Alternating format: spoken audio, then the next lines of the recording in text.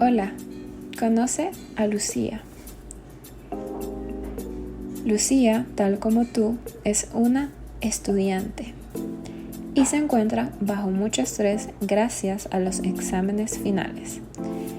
Conozcamos cómo le afecta a Lucía el estrés. Pueden ser a nivel fisiológico, a nivel cognitivo y a nivel conductual.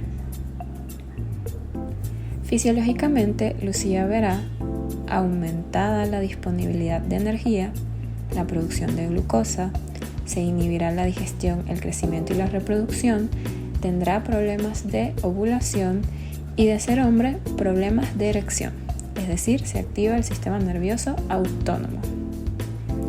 Y el sistema nervioso simpático aumenta su vigilancia, aumenta su motivación, se activan las glándulas suprarrenales y por ello se libera adrenalina y noradrenalina.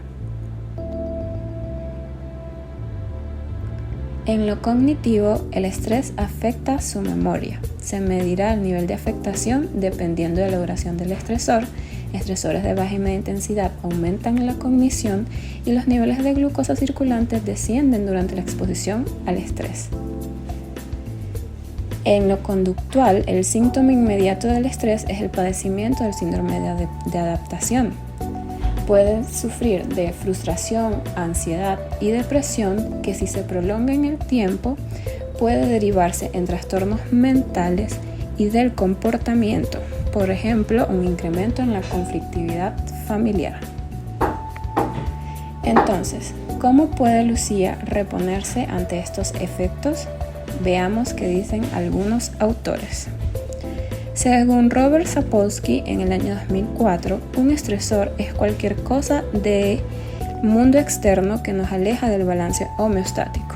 La respuesta al estrés es lo que hace nuestro cuerpo para restablecer la homeostasis. Un autor muy importante en las investigaciones fue Hans Selye.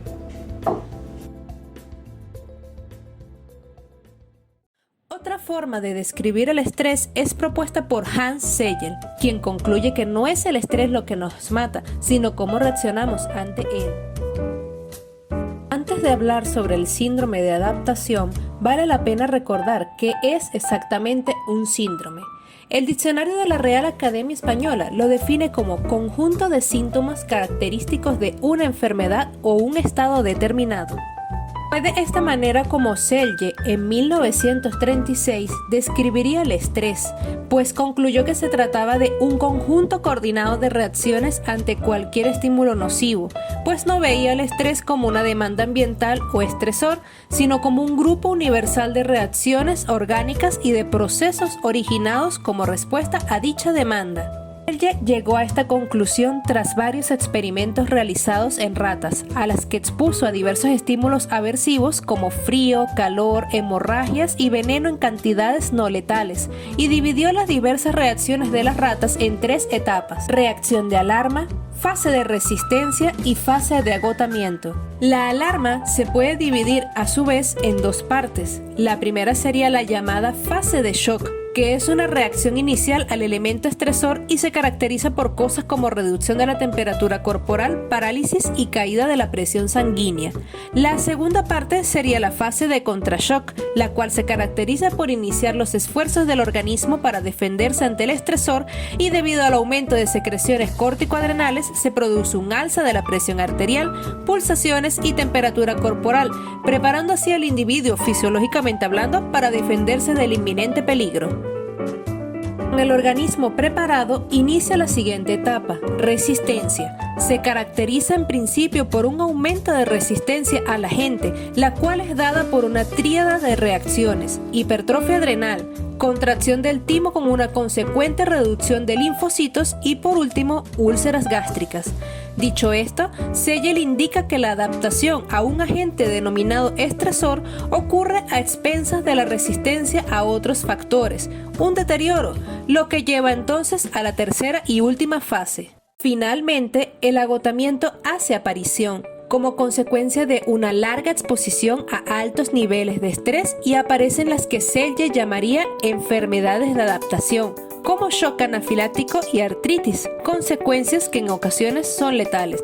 Sin embargo, autores como Hennessy y Levine discuten que la exposición al estrés puede desembocar en ocasiones en habituación al estímulo estresante, aunque otros como Rose debaten que lo que parece ser habituación no es más que otra manera de reflejar la fase de agotamiento. ¿Y tú? ¿Qué crees? Pero, ¿cómo afecta exactamente el estrés a nuestro sistema nervioso? Estudios en modelos animales de estrés crónico y hormonal han demostrado que el estrés induce una especie de remodelación dendrítica de las neuronas piramidales que se sitúan en el hipocampo. En los adultos, por ejemplo, van disminuyendo la neurogénesis en el giro dentado y reduciendo el volumen hipocampal. Es por ello que el hipocampo es la zona del sistema nervioso más afectada, pues en él hay más receptores de cortisol, hormona que se encuentra en aumento en situaciones de estrés. El estrés induce alteraciones morfológicas en el hipocampo, en la amígdala y en la corteza prefrontal, estructuras que están estrechamente vinculadas con el aprendizaje, la memoria y respuestas emocionales. Diferentes autores coinciden en la idea que en las personas que viven bajo un constante estrés crónico se afectará su capacidad de tomar decisiones y de concentrarse. Y cuando se afecte la corteza prefrontal, donde también hay neuronas piramidales, se afectará su capacidad para recordar información. Por ello es muy común que en situaciones estresantes, Lucía no recuerde lo que tiene que decir. Otros estudios indican que largos periodos de estrés afectan la plasticidad sináptica, el cual, recordemos, es la capacidad que tiene el cerebro para adaptarnos y aprender de las nuevas situaciones, y también hacer frente a las circunstancias adversas. Una vez se va reduciendo la neuroplasticidad por efecto del estrés, se afectará la capacidad de cómo enfrentamos a los problemas. Es decir, que la memoria activa también está siendo afectada en situaciones estresantes. Por ello, a Lucía se le dificulta pensar correctamente.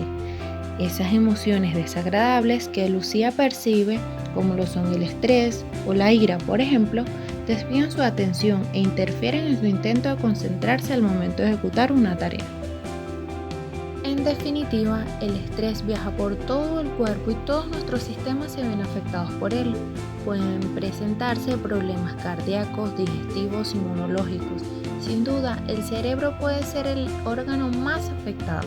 Los cambios en él pueden ser también los responsables de numerosos trastornos neuropsiquiátricos, como lo es el trastorno de estrés postraumático, la ansiedad y, muy importante, la depresión.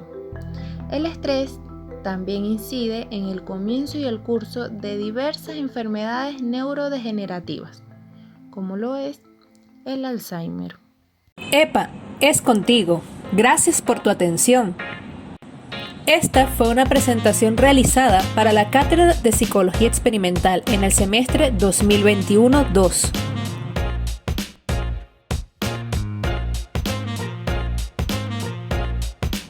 Aquí las referencias consultadas.